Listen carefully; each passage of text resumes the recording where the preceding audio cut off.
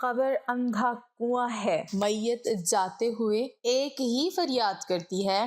نبی کریم صلی اللہ علیہ وسلم نے فرمایا، بندہ کتنا بھی گناہ گار ہو، یہ دو الفاظ کہہ دے، اس بندے کو عذاب قبر نہ ہوگا۔ بسم اللہ الرحمن الرحیم۔ رسول اللہ صلی اللہ علیہ وسلم نے فرمایا، قرآن مجید میں اللہ تعالیٰ ارشاد فرماتا ہے، اے ابن آدم، کیا تم جانتے نہیں کہ میں بندے کی چھوٹی چھوٹی تکلیفوں پر بھی مدد کرتا ہوں؟ تو موت جو کہ سب سے بڑی مصیبت ہے، اس پر مدد کیوں نہ کروں گا؟ اگر میرا کوئی بندہ صرف ایک ہی بار یہ عمل کر لے، اس کی ہر مصیبت میں مدد کرتا ہوں۔ اے ابن آدم، کیا تم جانتے ہو کہ پل صراط پر تیزی سے گزرنے والے کون ہوں گے؟ وہ یہی لوگ ہوں گے جو یہ عمل کرتے ہیں۔ اگر میرا کوئی بندہ مشرق و مغرب کو گناہوں سے بھر دے تو میں محافظ فرشتوں کو اس کے گناہ بھلا دوں گا، یعنی اس کو بخش دوں گا۔ ارشاد ہوا، اس کا اجر یہ ہے کہ جس دن وہ مرے گا میرے فرشتے اسے گھیر لیں گے اور میں اس کی روح پر رحمت بھیجوں گا۔ محترم ناظرین، حضرت ابو سعید خدری رضی اللہ تعالی عنہ سے مروی ہے، فرماتے ہیں کہ ہم رسول اللہ صلی اللہ علیہ وسلم کی خدمت اقدس میں بیٹھے ہوئے تھے کہ ایک عورت تشریف لائی اور عرض کیا، میرا شوہر صفوان بن معطل اس کا نام ہے، میں جب نماز پڑھتی ہوں تو وہ مجھے مارتا ہے، اور جب میں روزہ رکھتی ہوں تو وہ روزہ توڑنے کا کہتا ہے، اور وہ فجر کی نماز اس وقت پڑھتا ہے جب سورج طلوع ہونے والا ہو۔ راوی کہتے ہیں کہ اس وقت صفوان بھی آپ صلی اللہ علیہ وسلم کے پاس موجود تھے۔ آپ صلی اللہ علیہ وسلم نے ان سے تمام حقیقت دریافت کی۔ انہوں نے عرض کیا، یا رسول اللہ صلی اللہ علیہ وسلم، جہاں تک اس کی شکایت کا تعلق ہے کہ یہ نماز پڑھتی ہے اور میں اسے مارتا ہوں، تو یہ دو صورتیں پڑھتی ہے جن سے میں اسے منع کرتا ہوں۔ چنانچہ رسول اللہ صلی اللہ علیہ وسلم نے فرمایا، ایک صورت ہوتی تو وہ بھی لوگوں کو کفایت کرتی۔ صفوان رضی اللہ تعالیٰ عنہ نے عرض کیا، جہاں تک روزہ توڑنے کا حکم ہے تو یہ مسلسل روزے رکھتی جاتی ہے اور روزہ ترک نہیں کرتی، حالانکہ میں جوان آدمی ہوں اور زیادہ صبر نہیں کر سکتا۔ رسول اللہ صلی اللہ علیہ وسلم نے فرمایا، عورت اپنے خاوند کی اجازت کے بغیر نفلی روزہ نہ رکھے۔ صفوان نے عرض کیا، جہاں تک اس کا یہ کہنا ہے کہ میں سورج نکلنے کے وقت نماز پڑھتا ہوں، اے اللہ کے رسول صلی اللہ علیہ وسلم، ہمارے متعلق مشہور ہے کہ ہم اس وقت تک بیدار نہیں ہوتے جب تک سورج طلوع نہ ہو۔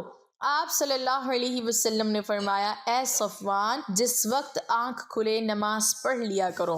اس حدیث سے معلوم ہوا کہ خاوند کی اجازت کے بغیر عورت کو نفلی روزہ نہیں رکھنا چاہیے، اور یہی بات ایک اور حدیث میں یوں بیان ہوئی ہے۔ حضرت ابن عباس رضی اللہ تعالی عنہ سے مروی ہے، فرماتے ہیں رسول اللہ صلی اللہ علیہ وسلم نے فرمایا، بیوی پر خاوند کا حق یہ ہے کہ جب خاوند اسے اپنی خواہش کے لیے بلائے تو وہ فوراً آ جائے، خواہ وہ اس وقت سفر کے لیے اونٹ کی پشت پر ہو، اور بیوی پر خاوند کا حق یہ ہے کہ اس کی اجازت کے بغیر نفلی روزہ نہ رکھے، اور اگر رکھے تو وہ قبول نہیں ہوں گے۔ وہ صرف بھوک اور پیاس ہے، اور گھر سے اس کی اجازت کے بغیر نہ نکلے، اگر نکلی تو آسمان کے فرشتے، رحمت کے فرشتے اور عذاب کے فرشتے سب اس عورت پر لعنت کریں گے جب تک کہ وہ لوٹ کر نہیں آتی۔ حضرت ابو سعید خدری رضی اللہ تعالیٰ عنہ سے مروی ہے، فرماتے ہیں، میں اور رسول اللہ صلی اللہ علیہ وسلم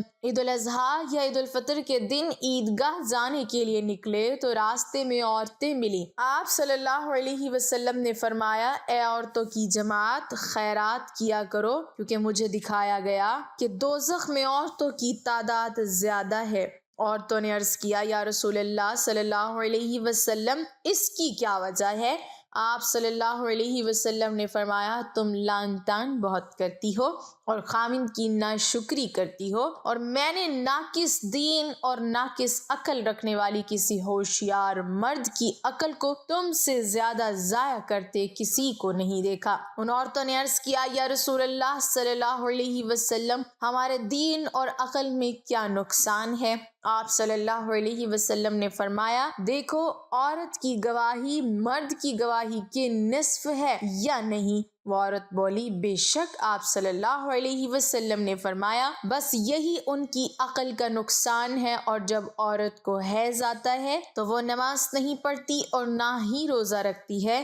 انہوں نے عرض کیا بے شک آپ صلی اللہ علیہ وسلم نے فرمایا بس یہی ان کے دین کا نقصان ہے۔ ایک مرتبہ اللہ پاک کے نبی حضرت ابراہیم خلیل اللہ علیہ السلام کو حکم ہوا اے ابراہیم سامان سفر باندھیے اور زمین میں نکلیے اور ہماری قدرت کی عجیب بات دیکھیے۔ حضرت ابراہیم علیہ السلام نے حکم پر عمل کیا، سامان سفر باندھا اور سفر پر روانہ ہو گئے۔ چلتے چلتے آپ ساحل سمندر کے قریب پہنچے، وہاں آپ کو ایک غلام دکھائی دیا جو بکریاں لیے جا رہا تھا۔ حضرت ابراہیم علیہ السلام نے اس سے پوچھا اے غلام کیا تمہارے پاس پانی یا دودھ ہے؟ اس غلام نے عرض کیا جی ہاں، آپ جو پسند فرمائیں وہی پیش کر دوں گا۔ فرمایا مجھے پانی پلا دو۔ اب اس غلام نے عصا یعنی ڈنڈا ہاتھ میں لیا، قریب ہی ایک چٹان کے پاس گیا، وہاں رک کر کچھ بولا، پھر اپنا عصا اس چٹان پر مارا تو فوراً ہی چٹان سے پانی کا چشمہ جاری ہو گیا۔ اس نے چشمے سے پانی بھرا اور لا کر حضرت ابراہیم علیہ السلام کی خدمت میں پیش کر دیا۔ آپ نے پانی پیا، پھر حیرانی سے اس غلام کو دیکھنے لگے۔ غلام نے عرض کیا کیا آپ کو چٹان سے چشمہ پھوٹتے دیکھ کر حیرانی ہو رہی ہے؟ آپ نے فرمایا کیسی حیرانی نہیں ہوگی، بات ہی حیرانی کی ہے تو حیرانی تو ہونی ہی چاہیے۔ غلام نے عرض کیا میں آپ کو اس کا راز بتاتا ہوں۔ مجھے خبر ملی ہے کہ اللہ پاک کے ایک نبی ہیں، اللہ پاک نے انہیں اپنا خلیل بنایا ہے۔ میں ان خلیل اللہ علیہ السلام کے وسیلے سے جو کچھ بھی اللہ تعالیٰ سے مانگتا ہوں وہ مجھے عطا فرما دیتا ہے۔ اب بھی میں نے انہی کا وسیلہ دے کر چٹان پر عصا مارا تو اس سے چشمہ پھوٹ پڑا۔ یہ سن کر حضرت ابراہیم علیہ السلام نے فرمایا اے غلام میں وہی ہوں جسے اللہ پاک نے خلیل بنایا ہے۔ اللہ اکبر۔ یہ سن کر تو اس غلام کی خوشی کی کوئی انتہا نہ رہی۔ وہ غلام اپنی قسمت پر فخر کر رہا تھا۔ چنانچہ اس غلام نے خوشی اور حیرت کے ملے جلے جذبات میں پوچھا کیا واقعی آپ ہی خلیل اللہ ہیں؟ فرمایا ہاں میں ہی خلیل اللہ ہوں، بس اتنا سننا تھا کہ وہ غلام بے ہوش ہو کر گرا اور اسی وقت اس کا دم نکل گیا۔ روایت میں ہے اس وقت آسمان سے ایک نور اترا، اس نور نے خوش نصیب غلام کی لاش کو ڈھانپ لیا۔ جب وہ نور چھٹا تو خبر نہیں کہ اس کی لاش کو آسمان پر اٹھا لیا گیا یا زمین میں دفن کر دیا گیا۔ پھر حضرت ابراہیم علیہ السلام آگے روانہ ہوئے۔ چلتے چلتے آپ ایک پہاڑ پر پہنچے، وہاں ایک گھر تھا جس کے 2 دروازے تھے۔ آپ علیہ السلام اندر داخل ہوئے، اندر ایک تخت تھا، اس کے اوپر کسی کی لاش رکھی تھی، اس کے اوپر 70 حلے خوبصورت کپڑے ڈلے ہوئے تھے، سر کے پاس ایک تختی رکھی ہوئی تھی۔ حضرت ابراہیم علیہ السلام نے اس تختی کو پڑھا تو اس پر لکھا تھا میں شداد بن عاد ہوں، میں 1000 سال زندہ رہا، میں نے 1000 لشکروں کو شکست دی، میں نے ہی شہر اعظم بنایا، مگر افسوس جب میری موت کا وقت آیا تو میری سب تدبیریں جواب دی گئیں۔ میں نے دنیا بھر سے طباء یعنی ڈاکٹروں کو اپنے محل میں جمع کیا، مگر ان میں سے کوئی بھی موت کو ٹال نہ سکا۔ جس نے مجھے دیکھا اسے دنیا کے دھوکے میں نہیں آنا چاہیے۔ اے لوگو خود پر دنیا کے دروازے تنگ رکھو، تم اتنی بادشاہت کے مالک نہیں ہو جس کا مالک میں تھا، تم اتنا عرصہ زندہ نہ رہو گے جتنا عرصہ میں زندہ رہا، تم اتنا جمع نہیں کر سکو گے جتنا مال میں نے جمع کیا تھا۔ ہاں سن لو، دنیا دھوکے باز ہے، قاتل ہے، اپنے طلبگار کے ساتھ کھیل کھیلتی رہتی ہے۔ یہ عجوبہ دیکھ کر حضرت ابراہیم علیہ السلام واپس تشریف لے آئے۔ ایک مرتبہ کا ذکر ہے بنی اسرائیل کی ایک عورت بڑی یافتہ تھی اور ان کے بادشاہ کی بیٹی تھی۔ ایک شہزادے نے اس سے منگنی کی درخواست کی تو اس لڑکی نے نکاح سے انکار کر دیا اور پھر ایک لونڈی سے کہا کہ میرے لیے ایک عابد، زاہد اور نیک آدمی تلاش کرو جو فقیر ہو۔ وہ لونڈی عابد اور زاہد کی تلاش میں نکلی اور ایک عابد زاہد کو لے کر اس شہزادی کی خدمت میں حاضر ہوئی۔ شہزادی نے اس سے پوچھا کہ اگر تم مجھ سے نکاح کرنا چاہو تو میں تمہارے ساتھ قاضی کے پاس چلتی ہوں۔ اس نیک شخص نے آمادگی کا اظہار کیا اور وہ دونوں قاضی کے پاس چلے گئے اور وہاں ان کا نکاح ہو گیا۔ شہزادی نے نکاح کے بعد اس نیک شخص سے کہا تم مجھے اپنے گھر لے چلو۔ وہ بولا کہ اس کمبل کے سوا کوئی چیز میری ملکیت میں نہیں ہے، میں اسے رات کے وقت اوڑھتا ہوں اور دن میں پہنتا ہوں۔ شہزادی نے کہا میں تیرے حال پر راضی ہوں، اور یہ کہہ کر شہزادی اس نیک شخص کے ساتھ چل دی۔ وہ نیک شخص دن بھر محنت مزدوری کرتا اور شام کے لیے اتنا جمع کر لیتا جس سے افطار ہو سکے۔ شہزادی بھی دن بھر روزہ رکھتی اور شام کو افطار کے بعد اللہ تعالیٰ کا شکر ادا کرتی اور کہتی اب میں عبادت کے لیے فارغ ہوئی۔ ایک دن اس نیک شخص کو کچھ نہ ملا اور اسے یہ انتہائی شاق گزرا، اور وہ گھبرا گیا کہ میری بیوی روزے سے گھر میں بیٹھی ہے کہ میں اس کے لیے کچھ لے کر آؤں۔ یہ سوچ کر اس نے وضو کیا اور نماز پڑھ کر بارگاہ خداوندی میں دعا مانگی، اے اللہ پاک، تو جانتا ہے کہ میں نے تجھ سے دنیا کے لیے کچھ طلب نہیں کیا، اور میں تجھ سے اپنی نیک بیوی کی رضامندی کے لیے یہ طلب کرتا ہوں، تو مجھے اپنے پاس سے رزق عطا فرما، تو ہی بہترین رازق ہے۔ اسی وقت آسمان سے ایک موتی گرا۔ وہ نیک شخص اس موتی کو لے کر اپنی بیوی کے پاس گیا، اور جب اس کی بیوی نے وہ موتی دیکھا تو ڈر گئی اور کہنے لگی تم یہ موتی کہاں سے لائے ہو؟ اور ایسا بیش قیمت موتی تو میں نے اپنے باپ کے پاس بھی نہیں دیکھا۔ وہ نیک شخص بولا میں نے آج رزق کی خاطر محنت مزدوری کی، مگر مجھے کچھ بھی نہیں ملا، اور میں نے سوچا کہ میری نیک بیوی روزہ افطار کرنے کی غرض سے میری منتظر ہوگی، اور میں خالی ہاتھ گھر واپس کیسے لوٹوں؟ میں نے اللہ تعالیٰ کی بارگاہ اقدس میں دعا مانگی، اور اللہ تعالیٰ نے آسمان سے میرے لیے یہ موتی نازل فرما دیا۔ شہزادی بولی تم اسی جگہ جاؤ جہاں تم نے اللہ تعالیٰ سے دعا مانگی تھی، اور گریہ و زاری کے ساتھ بارگاہ خداوندی میں یوں دعا مانگو، اے اللہ تعالیٰ، اے میرے مالک و خالق، اگر تو نے یہ موتی ہمیں دنیاوی رزق کے طور پر عطا فرمایا ہے تو اس میں ہمیں برکت دے، اور اگر آخرت کے ذخیرے میں سے عطا فرمایا ہے تو اسے واپس لے لے۔ اس نیک شخص نے ایسا ہی کیا، اور اللہ تعالیٰ نے وہ موتی واپس لے لیا۔ اس نیک شخص نے واپس آ کر تمام حقیقت شہزادی کو بتائی، تو شہزادی نے اللہ تعالیٰ کا شکر ادا کیا اور کہا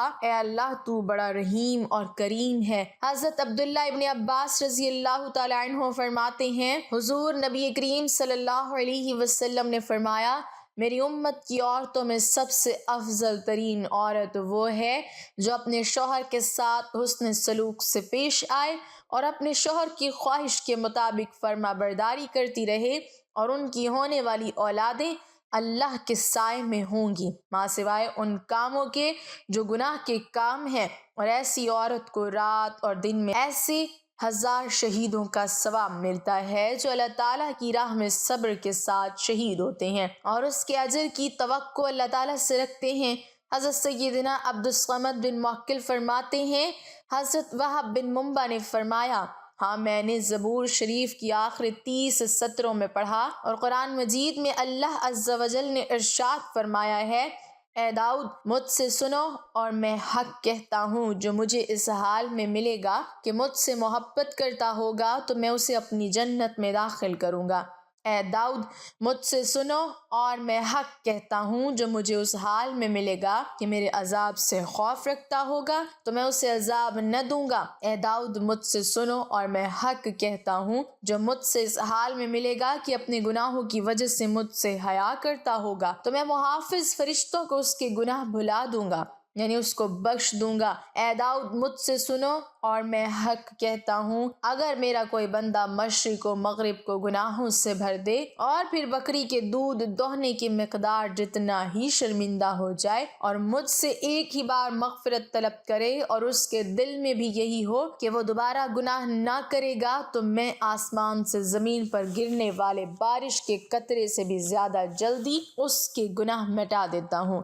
اے داؤد مجھ سے سنو اور میں حق کہتا ہوں، اگر میرا کوئی بندہ صرف ایک ہی نیکی لے کر آئے تو میں اس کے حق میں جنت کا فیصلہ کر دوں گا۔ حضرت داؤد علیہ السلام عرض گزار ہوئے اگر یہ بات ہے تو جو تیری معرفت رکھتا ہے اسے جائز ہی نہیں کہ تجھ سے اپنی امید توڑ دے۔ اللہ تعالیٰ نے ارشاد فرمایا، اے داؤد میرے ولیوں کو تھوڑا سا عمل ہی کافی ہے، جیسا کہ کھانے میں نمک تھوڑا ہی کافی ہوتا ہے۔ اے داؤد کیا تم جانتے ہو کہ میں کب ان کو اپنا ولی بناتا ہوں؟ جب ان کا دل شرک سے پاک ہو جائے، ان کے دل سے شک زائل ہو جائے اور ان کا اعتقاد مضبوط ہو جائے کہ جنت اور دوزخ میرے ہی قبضے میں ہیں، میں ہی زندگی اور موت دیتا ہوں اور قبروں میں دفن لوگوں کو میں ہی اٹھانے والا ہوں، میں بیوی رکھتا ہوں نہ اولاد، بس جب میں ان کو موت دوں اور ان کے پاس تھوڑا سا عمل ہو جس پر وہ یقین رکھتے ہوں تو میں اس تھوڑے کو ان کے لیے زیادہ کر دوں گا۔ اے داؤد کیا تم جانتے ہو کہ پل صراط پر تیزی سے گزرنے والے کون ہوں گے؟ وہ جو میرے فیصلے پر راضی رہتے ہیں اور ان کی زبانیں میرے ذکر سے تر رہتی ہیں۔ اے داؤد کیا تم جانتے ہو کہ مومنین میں سے میرے ہاں کس کا مرتبہ بڑا ہے؟ اس کا جو پاس رکھنے کے بجائے دینے پر خوش ہوتا ہے۔ اے داؤد کیا تم جانتے ہو کہ کون سے فقراء افضل ہیں؟ وہ جو میرے فیصلے اور تقسیم سے راضی رہتے ہیں اور جو رزق میں نے ان کو عطا کیا ہے اس پر میرا شکر ادا کرتے ہیں اور حمد و ثنا بیان کرتے رہتے ہیں۔ اے داؤد کیا تم جانتے ہو کہ مومنین میں سے کسی کو لمبی عمر عطا کرنا مجھے محبوب ہے، اس کو جس کی کھال لا الہ الا اللہ کہتے وقت کانپ اٹھتی ہے، میں اس کو موت دینا اسی طرح ناپسند کرتا ہوں جس طرح باپ اپنے بیٹے کی موت ناپسند کرتا ہے۔ حالانکہ موت ضروری ہے، میں چاہتا ہوں کہ اسے اس گھر کے علاوہ دوسرے گھر میں خوش رکھوں، کیونکہ اس گھر یعنی دنیا کی نعمتیں تو آزمائش اور اس کی آسانیاں بھی شدت ہیں، دنیا کی نعمتوں کے تو دشمن ہیں اور ان کے فتنے خون کے ساتھ گردش کرتے ہیں اور ان سے امن نہیں، اس لیے میں اپنے ولیوں کو جنت بھیجنے میں جلدی کرتا ہوں۔ اگر ایسا نہ ہوتا تو حضرت آدم علیہ السلام اور ان کی مومن اولاد سور پھونکے جانے تک فوت نہ ہوتے۔ اے داؤد جو تم اپنے دل میں سوچ رہے ہو میں وہ جانتا ہوں، تم یہ سوچ رہے ہو کہ میں نے نیک بندوں کو موت دے کر ان کی عبادت کو منقطع کر دیا ہے۔ اے داؤد کیا تم جانتے نہیں کہ میں مومن کی چھوٹی چھوٹی تکلیفوں پر بھی مدد کرتا ہوں، تو موت جو کہ سب سے بڑی مصیبت ہے اس پر مدد کیوں نہ کروں گا؟ تو مومن کے پاکیزہ جسم کو زمین کی تہوں میں بھی دیکھو گے، میں جب تک چاہوں گا عرصہ دراز تک اسے یوں ہی رکھوں گا تاکہ اس کے سبب اس کے اجر میں اضافہ ہو، اسے قیامت تک اپنے عمل کا اچھا بدلہ ملے گا۔ حضرت داؤد علیہ السلام نے عرض کی، الہی تیرے لیے ہی تمام تعریفیں ہیں، اس وجہ سے تو نے خود کو ارحم الراحمین فرمایا ہے۔ اے اللہ جو تیری رضا کی خاطر کسی مصیبت زدہ غمگین کی تعزیت کرے اس کا اجر کیا ہے؟ اللہ تعالیٰ نے ارشاد فرمایا، اس کا بدلہ یہ ہے کہ میں اس سے ایمان کی چادر پہناؤں گا اور پھر کبھی نہ اتاروں گا۔ حضرت داؤد علیہ السلام عرض گزار ہوئے، اے اللہ تعالیٰ جو تیری رضا کے لیے جنازے کے ساتھ چلے اس کا کیا اجر ہے؟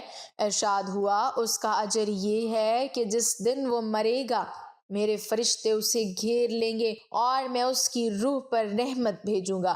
حضرت داؤد علیہ السلام نے پھر عرض کی، اے اللہ تیری رضا کی خاطر بیواؤں اور یتیموں کے لیے دوڑ دھوپ کرنے والے کا کیا اجر ہے؟ اللہ تعالیٰ نے ارشاد فرمایا، اس کی جزا یہ ہوگی کہ جس دن میرے عرش کے علاوہ کوئی سایہ نہ ہوگا اس دن میں اسے اپنے عرش کا سایہ عطا کروں گا۔ حضرت داؤد علیہ السلام نے پھر عرض کی، اے اللہ جو تیرے خوف سے اتنا روئے کہ اس کے آنسو اس کے گالوں پر بہنے لگیں اس کا کیا بدلہ ہے؟ اللہ تعالیٰ نے ارشاد فرمایا، اس کا بدلہ یہ ہے کہ میں اس پر جہنم کی آگ حرام کر دوں گا۔ اللہ تعالیٰ ہم تمام مسلمانوں کو صراط مستقیم پر چلنے کی توفیق عطا فرمائے، ہمیں دین کا پیروکار بنائے اور ہمارا خاتمہ ایمان پر فرمائے، آمین۔ ناظرین کمنٹ باکس میں اللہ تعالیٰ کے 99 ناموں میں سے ایک نام ضرور ٹائپ کریں۔